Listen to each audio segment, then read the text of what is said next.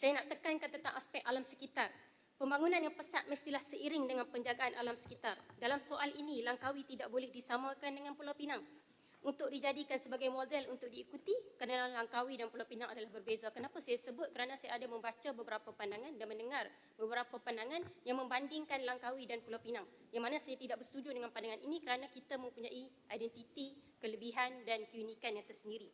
Saya nak petik The Age Malaysia pada 1 Januari 2026 telah menyiarkan satu artikel dengan izin Tuan Speaker yang bertajuk Penang Concerns About Overdevelopment, Flooding, Heat and Landslides.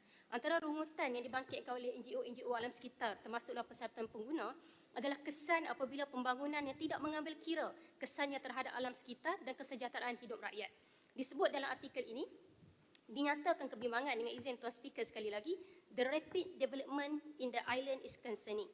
We are concerned that it will lower the quality of life of the people and the health of Penang's ecosystem is in danger of deterioration if left unchecked.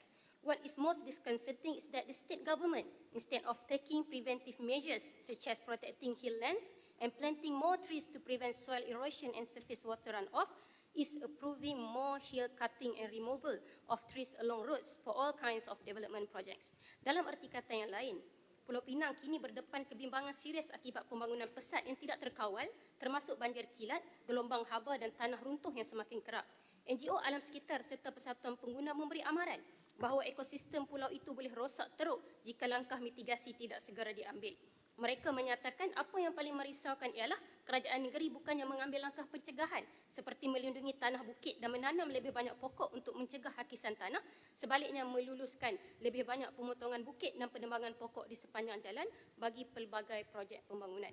Jadi bukanlah tujuan saya untuk memburukkan negeri lain, tidak. Tetapi ini adalah medan untuk kita berbincang, memberikan pendapat, memandangkan ada pandangan yang cuba untuk mengajak Langkawi supaya mencontohi Pulau Pinang. Saya ingat dari aspek alam sekitar kita tak boleh contohi.